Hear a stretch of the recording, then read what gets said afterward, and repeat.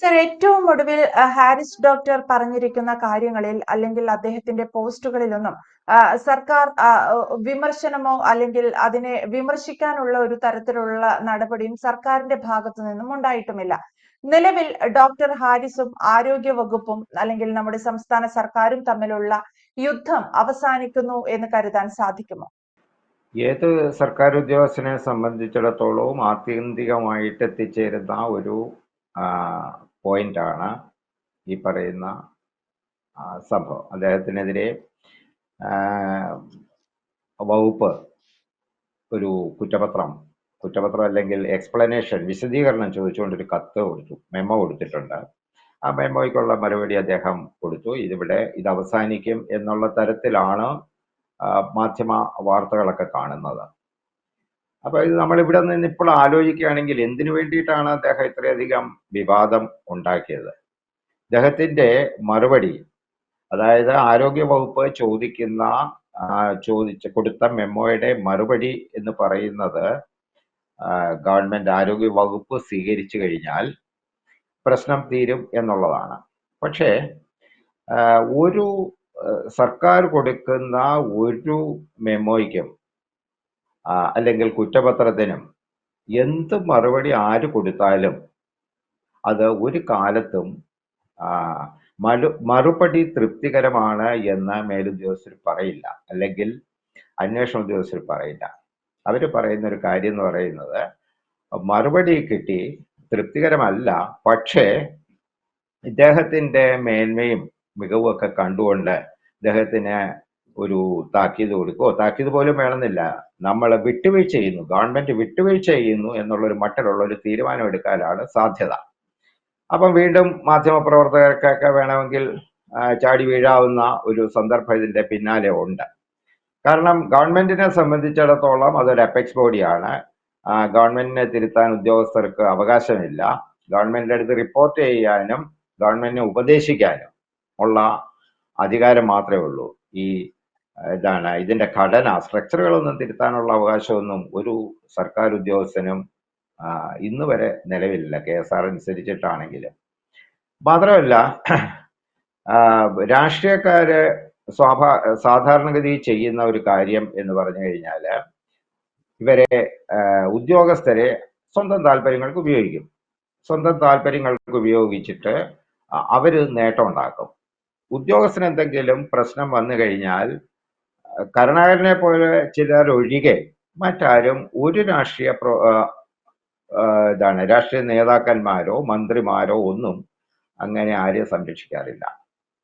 കാരണം അന്നേരം അവര് ഉടൻ പറയുന്ന നിയമത്തിന്റെ വഴിക്ക് പോകട്ടെ, നിയമത്തിന്റെ വഴിക്ക് പോയിട്ട് കോടതിയിൽ നിന്നോ മറ്റോ ഉത്തരവ് കൊണ്ടുവരികയാണെങ്കിൽ പിന്നെയും ഞാൻ നേരത്തെ പറഞ്ഞതുപോലെ തന്നെ ഇവരോടൊരു ലീനിയന്റ് സ്റ്റാൻഡ് സ്വീകരിച്ചിട്ട് ഇവരെ സർവീസിൽ തുടരാൻ അനുവദിക്കുന്നു എന്നാണ്. ഇപ്പം ശരിക്കും പറഞ്ഞു കഴിഞ്ഞാൽ ഹാരിസ് ഡോക്ടറുടെ പ്രശ്നം എന്താണെന്ന് എനിക്കിതുവരെ മനസ്സിലായിട്ടില്ല. ഇപ്പം കൊടുത്ത മറുപടിക്കകത്ത്, അല്ലെങ്കിൽ അവരന്വേഷിച്ചു കഴിഞ്ഞപ്പോൾ, ആരോഗ്യവകുപ്പ് അന്വേഷിച്ചു കഴിഞ്ഞപ്പോൾ ഇദ്ദേഹം വിവാദം ഉണ്ടാക്കിയത് ഒരു പ്രോബിനെ പറ്റിയാണ്. അതായത് നെഫ്രോളജി ഡിപ്പാർട്ട്മെന്റിൽ ഉപയോഗിക്കുന്ന ഒരു പ്രോബ്, യൂണിറ്റ് 2 പ്രോബ് ഉണ്ടായിരുന്നു, ഇദ്ദേഹത്തിന് പ്രോബ് ഉണ്ടായിരുന്നില്ല. ഈ ഒരു കണ്ടീഷനിലാണ് ഈ വിഷയം ഉണ്ടായി വരുന്നത്. അപ്പൊ ഇദ്ദേഹം ഉടൻ തന്നെ ഫേസ്ബുക്കിൽ പോസ്റ്റ് ഇട്ടു. അപ്പം അതിനുള്ള വിശദീകരണമായിട്ട് ഡോക്ടർ പറയുന്നത്, യൂണിറ്റ് 2 ഡോക്ടർ സജു എന്ന് പറയുന്ന ആള് സ്വന്തം പൈസ കൊടുത്ത് മേടിച്ച്, അല്ലെങ്കിൽ അത് ജനങ്ങളുടെ ആരോഗ്യാർത്ഥികളുടെ ആവശ്യത്തിന് വേണ്ടിയിട്ട് സ്വന്തം പണം മുടക്കി മേടിച്ചു വെച്ചിരുന്ന പ്രോബ് ഉണ്ടായിരുന്നു എന്നാണ് ഇപ്പോൾ ഡോക്ടർ പറയുന്നത്, ഹാരിസ് പറയുന്നത്. അപ്പം ഒരു ഡോക്ടർക്ക് മേടിച്ചു വെച്ച് ഉപയോഗിക്കാവുന്ന വിധത്തിൽ ഉള്ള ഒരു വിഷയത്തിനെ സംബന്ധിച്ചിട്ടാണ് ഇദ്ദേഹം, ഡോക്ടർ ഹാരിസ്, ഇത്രയധികം വിവാദം ഉണ്ടാക്കിയെന്ന് പറയുന്നതിൻ്റെ അകത്ത് എന്തോ ദുരൂഹതയുണ്ട്. അത് എന്തിനാണെന്ന് നമുക്ക് തൽക്കാലം മനസ്സിലാകുന്നില്ല.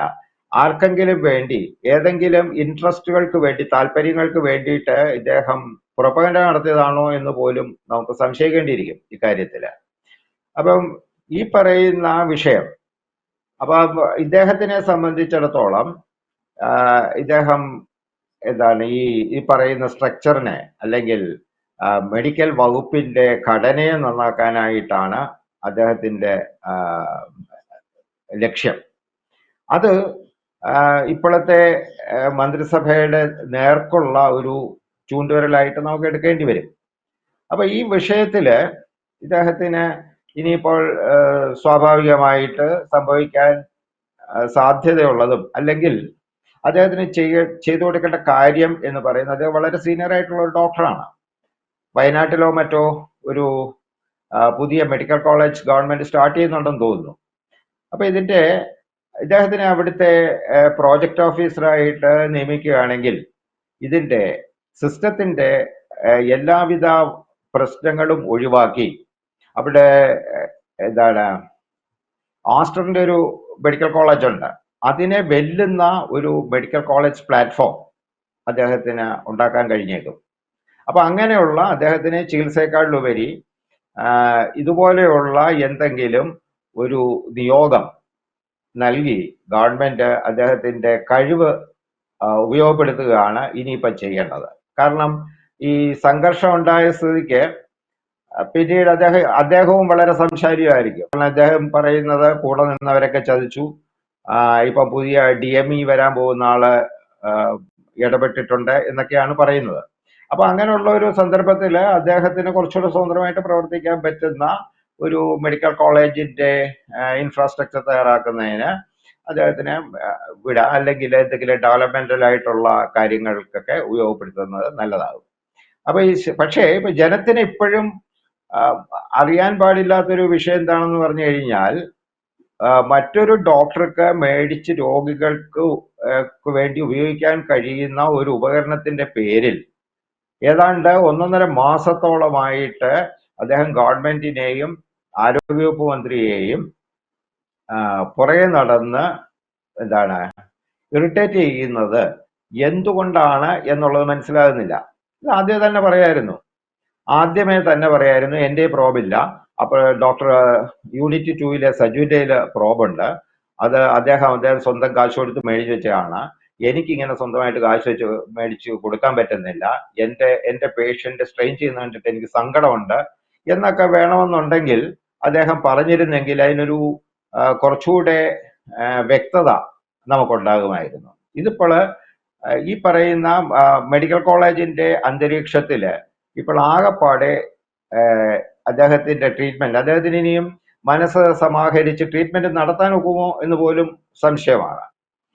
ആ വിധത്തില് ഗവൺമെന്റും അല്ലെങ്കിൽ അദ്ദേഹത്തിനെ നിയോഗിച്ചിട്ടുള്ള മെഡിക്കൽ വകുപ്പും തമ്മിൽ അകന്നു പോയിരിക്കുന്നതായിട്ടാണ് കാണുന്നത്. അപ്പോൾ ഇദ്ദേഹത്തിന്